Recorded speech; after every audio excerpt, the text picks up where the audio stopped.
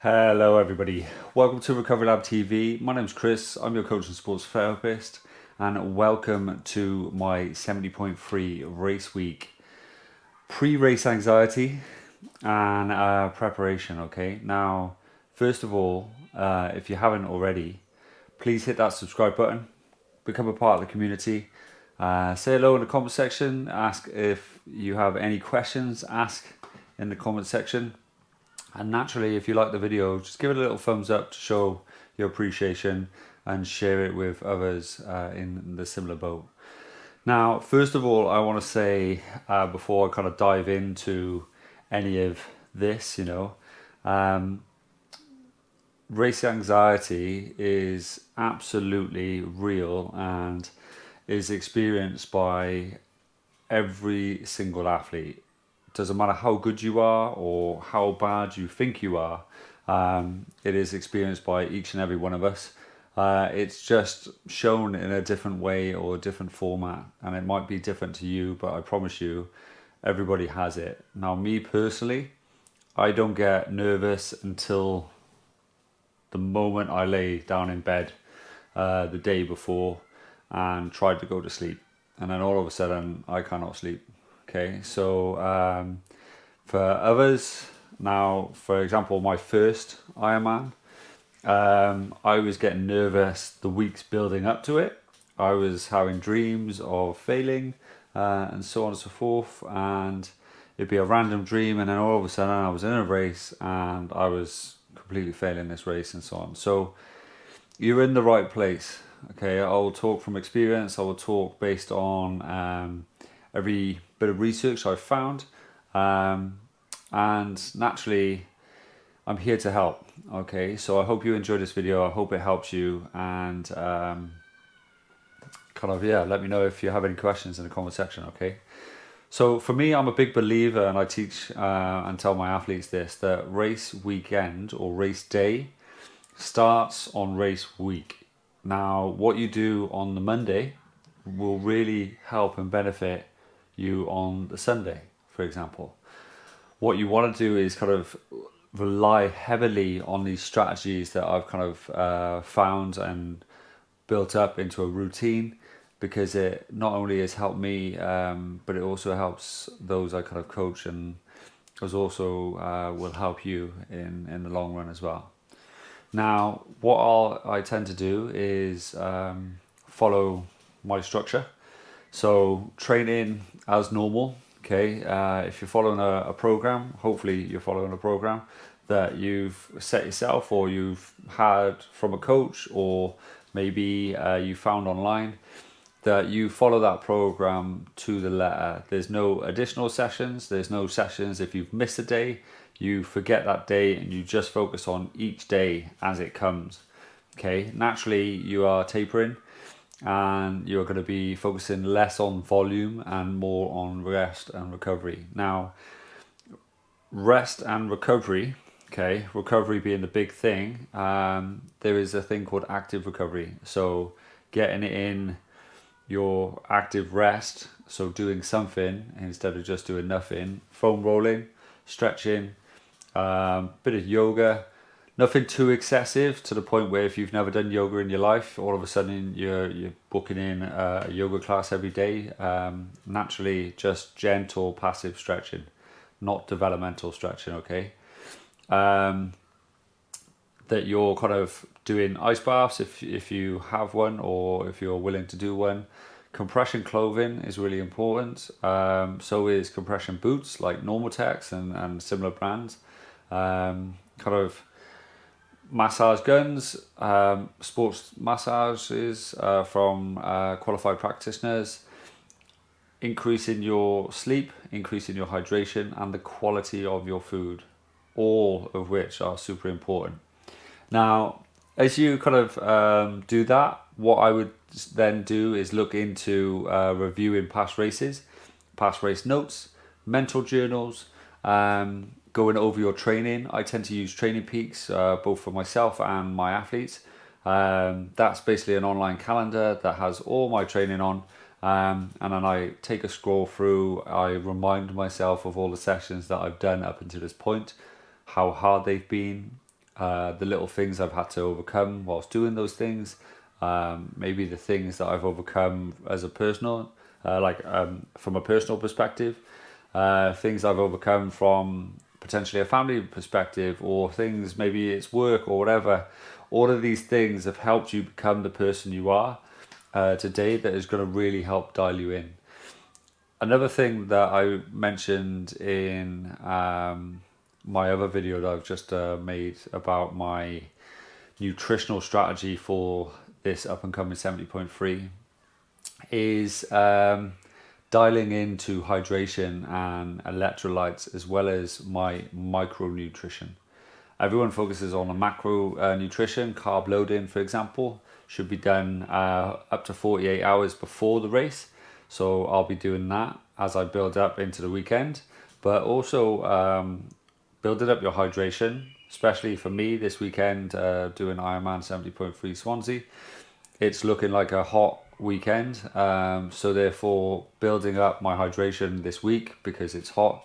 And I'm going to spend most of the week potentially dehydrated if I don't focus on that. And also my micronutrition, getting my minerals, my vitamins in, getting in my electrolytes in as I kind of go for the week, and then certainly towards the weekend putting those electrolyte tablets into my bottles from kind of Thursday night onwards is going to be really important, ready, so I am super hydrated, ready for my race. Now what I'm then looking to do is kind of from Tuesday onwards, or even Monday, depending on how bad your diet is looking to start cleaning up my diet, start kind of dialing in, getting rid of the snacks, potentially getting rid of or reducing caffeine so it's more potent on race day if you're taking caffeine supplements. And then what I tend to do kind of Tuesday evening, Wednesday evening is book some time for myself where I'm looking at my race gear. So I've kind of got all my stuff checked out, I've got some great videos on this if you want to head over and check those out. And what it does is, by laying it all out kind of Tuesday night, it will allow me to kind of calm myself down, relax myself, know that I've got all my gear in check, know that if I have missed something, if I have forgotten to order something, that I can still jump on Amazon, for example, and get next day delivery, or do something from my local shop, for example, where I can pick up last minute products or last minute kind of baby oil or chamois cream or any of the stuff that you may have forgotten within the time that you have before race day. That's going to help kind of calm your anxiety down. You can then lay it all out, you can see it all, you can double check, triple check, but it's going to then relax you as opposed to kind of building that up last minute just before you go. Wednesday, after your kind of training, I would generally look to do the same with your bike. So for example, check in how clean your bike is, check in how well oiled the bike chain is, the tires, the gearing system, the brakes on it. Hopefully before this you've kind of got your bike serviced a couple of weeks ago, and your bike is then kind of having those last minute touches, so then you're feeling really good and the bike is fully confident in its kind of ability to kind of get you around the course as fast as you can and as safe as you possibly can. Naturally, Thursday for me is kind of like generally my last training day. It's then in the evening where I'm kind of focusing on dialing in on my race course, having a look at the kind of Ironman kind of tracker app, because on there is going to be all of the athlete guides and any sort of course information, having a look at any updates, which is really important, especially if you've done that race before. Over the last few years, kind of going into Ironman Swansea has changed a lot since the first year, as well as now the introduction last year from the swim exit to T1, you can now put your shoes, like a spare set of shoes, in your yellow bag it was last year. Hang that up on a little barrier so you've got shoes to then run over and down the road and across the bridge. So it's worth checking on your race, depending on which one you're doing.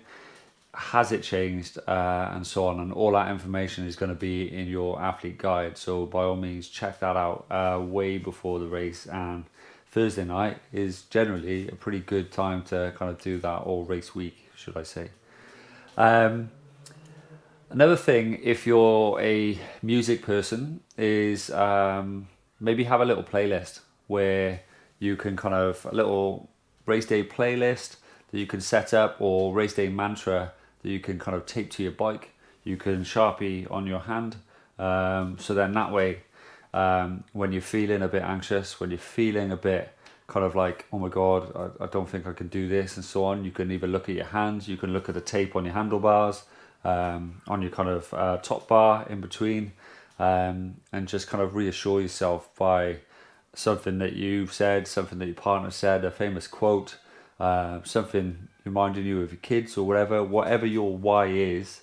Have that there, because it's super important and it's super powerful, kind of brings your mind back round, and so on. Now, me personally, I tend to kind of go down for the weekend. I kind of do a Friday to Monday type of thing, purely because I like to kind of get up. I tend to kind of go for somewhere for breakfast, to treat myself to breakfast, whatever that may be, depending on what I'm fancying.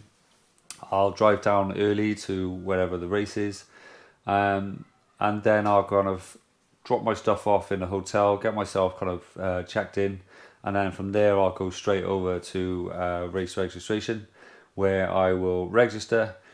Generally for YouTube, I tend to do a bit of filming and show everything, show you guys around, and then typically I will kind of relax and calm down.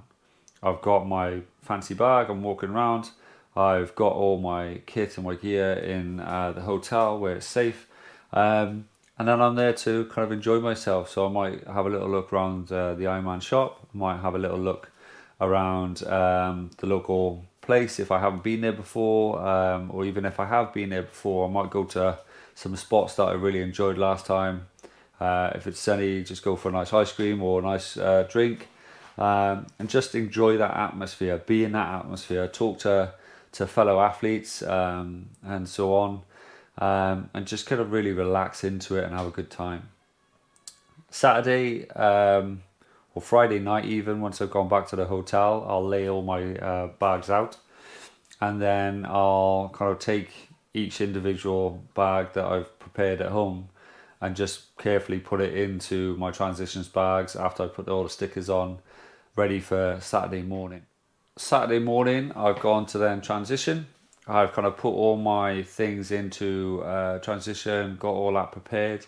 Now, on a weekend like this, it's really important to kind of reduce your tire pressure, because the heat is going to expand those tires, and I've seen a lot of valves, including my own, bust, because I didn't know any different from that. So on hot races, just be aware of that, let a bit of pressure out, and reduce that tire pressure, just so it can allow for that heat expansion, and then have a little look around transition, get yourself comfortable, and then job done. You can kind of fully relax, ready for race morning. Now, that's all easy said and done, and that's in a lot of respects quite easy, or I certainly make it sound a lot easy. Now, I know understandably that when it comes to anxiety and pre-race nerves, the more you can reduce that anxiety by taking a slow, controlled approach to things, can really help. But in regards to the race itself and building up to that race, the more you can control the controllables and have that as a mindset, where the more you can focus on the things that you can control and forget about the things that you can't control, the more you can reduce that anxiety and take control of your overall mental health and the overall situation that you find yourself in. And that's regardless of whatever it is. The more you plan in advance and prepare over the 7 days ready for the last day, the more it's going to help you and be beneficial. If you're naturally working your socks off and you've got kids and all the rest of it, it might be busy and stuff, then in all fairness, see if you can stretch that 7 days out to 14 days or 10 days, depending on how your life is and how your schedule is. But the more you kind of break that down into clear days where you're preparing early, it's going to reduce that kind of anxiety and those nerves. Now, one thing that I always do is breath work. I do it before a race. I do it during my recovery in my ice baths. But I also do it as I'm kind of coming up to the race, coming off T1 onto the bike, and I'm kind of going out, and naturally my heart rate's a little higher. I'm kind of settling in to that bike, that I'm kind of trying to talk myself and kind of calm my breathing down, get into a cadence, get into a rhythm. And it's the same with the swim, in all fairness, and the run, where in the swim I'm literally focusing on my stroke count. I'm putting myself in a strong position. What I always tend to do is, naturally you're going to see the pros in the water first. Have a little look at how they're swimming, where they're putting themselves, so you can put yourself in a similar position, so you're in a strong position when you go on the course.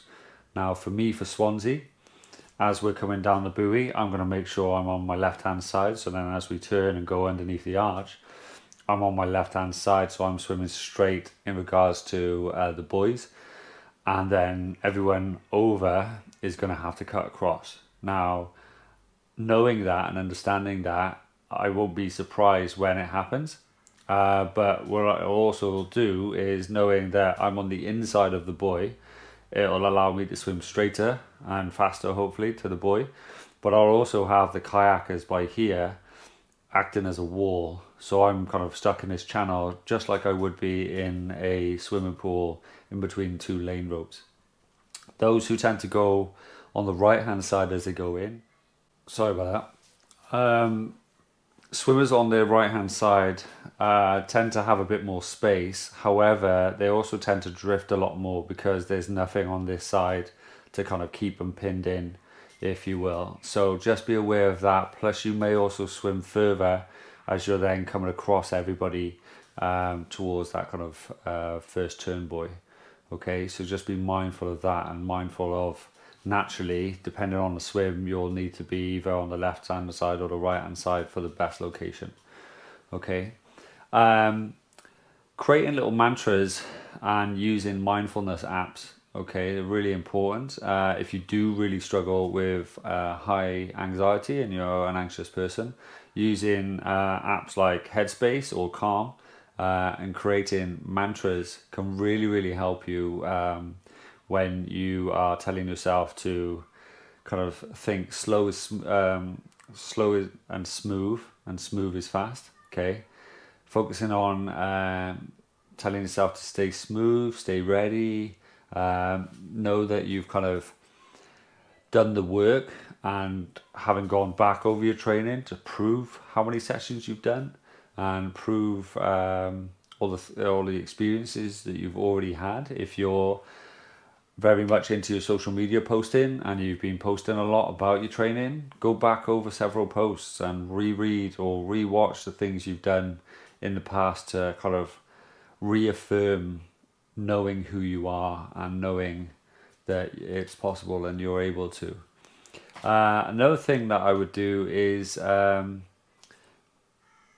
for example, visualize your transitions, your each discipline, each swim, bike and run, the tough moments. Go on YouTube, for example. You're here watching this, so maybe go on and if I've done the races, there are going to be videos about those races in my kind of playlists. sections. So watch those videos, learn about the course, learn about the vibe and what I've kind of shown you. For example, this race weekend, doing Ironman 70.3 Swansea.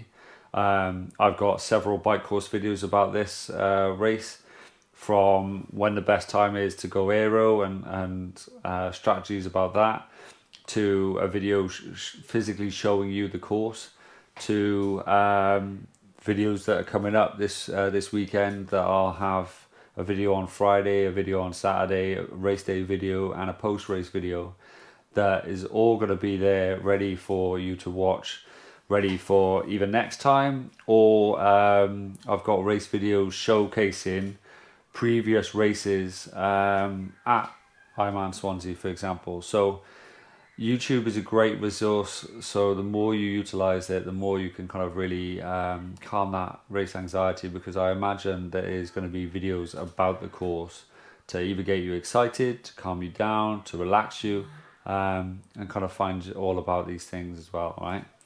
Now, like I said earlier, 48 hours before your race is a key time to kind of start carb loading, but do not overdo it. You don't need to double up. All you need is an extra spoon of rice, or an extra spoon or half a spoon, depending on your portion sizes. So you're having a little bit more than normal, just to kind of preload yourself leading up into this race. You're not kind of doubling up on food and so on. It's going to leave you feeling really heavy, really bloated, and potentially it's going to affect you in the days leading up to your race, which is what you don't want at all. Practice pre-race breakfast in advance. Now, in my nutrition video that I've also just released, I say that I have a dry breakfast generally every single day. Race day, there is nothing different about my race. I'm going to sneeze, sorry. Maybe. There is nothing different about my race day breakfast. I will either have toast, I will either have kind of Belvita breakfast biscuits, and so on. And it's just it's a light breakfast for me. It's something that I'm used to, and it's something that I know just works. It doesn't upset my stomach at all. And then I complement that with a kind of a pre-hydration strategy of a sports bottle with some electrolytes and carb mix in. I'll have electrolytes the previous night leading into the race morning, kind of having that by the side of my bed so I can kind of have a drink if I'm thirsty in the night, or kind of go into bed and have a drink. And then the morning of, I will put some carb mix in, I will have my electrolyte tablets in, I will shake it up, and I will consume that bottle from the moment I wake up to just before I kind of go from transition to the swim itself. Laying out all your food and your bike nutrition, similar to all your strategies and your kind of like T1, T2 swim and post-race stuff. Having a pretend space for your race nutrition ready for the Saturday, so you can kind of lay it on there, or if you prefer, kind of laying it out on the race morning. Now I tend to do that in transition, a race morning. Helps dial in everything. You know exactly where it is, you know it's brand new, it's fresh, and it's kind of all done, and you are good to go. You've checked both all your tyres and your tyre pressure in the morning of. And it's also not worrying. There are brilliant bike mechanics on the course. There are brilliant bike mechanics in transition hours before. Now, one thing I have learned is, as much as you might not need to, get to transition when it opens. Now, there's 2 hours before transition when it opens and race time. What I've learned in the past is anything can happen. Now, I've had, like I said, those tyres, valves kind of blow up the night before, which I didn't realise, and then race morning I've gone there and I've never normally checked my tyre pressure because I've kind of done it the day before, whereas now I check it every morning. And as a result of this, funny enough, in Ironman Swansea a couple of years ago, for whatever reason, my front tire felt great, and then I walked off, and then I was like, something in me said, check your back tire. I walked back, went to check it, and it was as flat as could be. I casually walked the bike over to the bike mechanics. They literally replaced the valves for me and sorted it all out, and it was perfect, and it was good to go. They pumped it up for me. They literally made my morning, and it cost me as little as £2.50, which at that time it could have been way more, and I still would have paid it, you know. But they are there, so if you're not the most technically minded when it comes to your bikes and mechanics, you have help there. So just walk up to them, speak to them. They are the nicest, kindest people, and they want to help you. Now, race gear and race day prep in regards to all of your gear, please head over to my other videos. They'll really help you. I've done what I wear to race day videos, like before the race, what I have in my transition bags, both my T1 bags, my T2 bags, and my kind of streetwear gear for after race. There's videos for it all in my kind of Are You New to Triathlon playlist video. So by all means check that out, and you're going to see a much more in-depth videos based on which one you're watching. Now, I mentioned it earlier briefly, try to focus on your why. Focusing on your why is the entire reason why you're here. It's the reason why you're watching this video. It's the reason why you're going to be there on race day. Having that reason why, writing it on your hand, writing it on your forearm, whatever you're going to look to, write it on a bit of sticky tape that you can tape to your bike or whatever.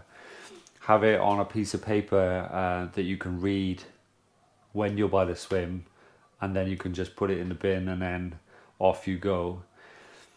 Reminding yourself of that why will help drive your purpose towards your performance, and it'll really help kind of calm you down. Okay, knowing your reason why will help re-anchor you, will take away some of the nerves, take away some of the negative thoughts that you might be experiencing, and really help you kind of lean forward into this new experience. Okay, or maybe lean into an experience that you've had many times, and it's just you've never taken this approach before. Now, something that I do for myself is I practice gratitude. Every moment before a race, I stand there, I say a little prayer to give thanks. I say a little prayer to keep myself and everyone else safe on the bike course and the swim and the run, because naturally I don't want anyone to have anything happen to them. I know some people have been seriously hurt at races, and I know some people have even lost their lives, and for me, I can't think of anything worse to happen to a person or their families on a day that is meant to be incredible, you know, and so positive. So I say a little prayer. And another thing I do is I practice gratitude. I say thanks to my family and friends, and to those who are down and have come with me to this race to support me. I say thank you to my partner, my family, because they've supported me throughout my training. Maybe they've picked up the slack when I haven't been there. Maybe I've been grumpy after training, or I've come in and I've had to prioritize that over them sometimes, or whatever it may be. I give thanks to them because it's incredibly important, and in a lot of respects, they are the reason why I do a lot of this. But then I also have my own selfish reasons of why I do this, and reminding myself how lucky I am to be there in the first place. It's an expensive sport, and yet here I am being able to participate in the sport, doing something that I love doing. I feel incredibly honoured and incredibly grateful. So I give thanks to that, and I also then give thanks to the weather, whatever it may be. regardless of how good or bad it is, I try and find that little beauty in it. The beauty in the experience, the beauty in the present moment, the beauty in me stepping into the future me, the one that believes itself, the one that kind of buys into this. And for me, this is a self expression of who I want to be. So I really try and lean into that process of I'm not trying to be anybody else. This is just simply me being who I was made to be and who I was born to be. So race day, if anything, the more I've kind of gone down this route and this rabbit hole, if you will, the more I've kind of leaned into this process of adding this to my identity. You know, this is simply me just being who I am and who I was made to be. So it doesn't matter what people think. It doesn't matter about the outcome. All that matters is me living authentically and me giving it my best effort on the day. Now, for example, my goal for this weekend is to see if I can do under 6 hours on this course. Now, for some of you, that's going to be really impressive. For some of you, that's going to be really slow. Either way, it doesn't necessarily matter. For me, that is my goal. And ultimately, that's goal A. And if I achieve it, then brilliant. B is all round. If I don't, then goal B is to get it done. You know, and whatever that looks like, whether I come dead last and I just make cut off, that's going to be hell of a story, and something would have happened for that to happen. And then I get to share it with you guys, whatever that may be. Plan C is something happened to me last year. I had a mechanical issue on the bike and I wasn't able to finish the course. Plan C is to keep my head high. It's to remain humble. It's to go back to the hotel room. It's to have a shower and then hold my head up high and go back out there and cheer everyone else on. And that was incredibly hard to do last year because I had everyone messaging, everyone texting, asking why, what happened, this, that and the other. And at the time I wasn't ready to engage in other people because I was gutted, incredibly gutted. Now, that's completely normal and it's giving yourself time to process that. But by all means, go out there and keep your head up. You've got nothing to be ashamed of because these things happen, regardless of whether it's you didn't make the swim cut off or the bike cut off or the run cut off. Getting to the start line is already an incredible achievement, and it's taken a lot of work, and all this is a setback.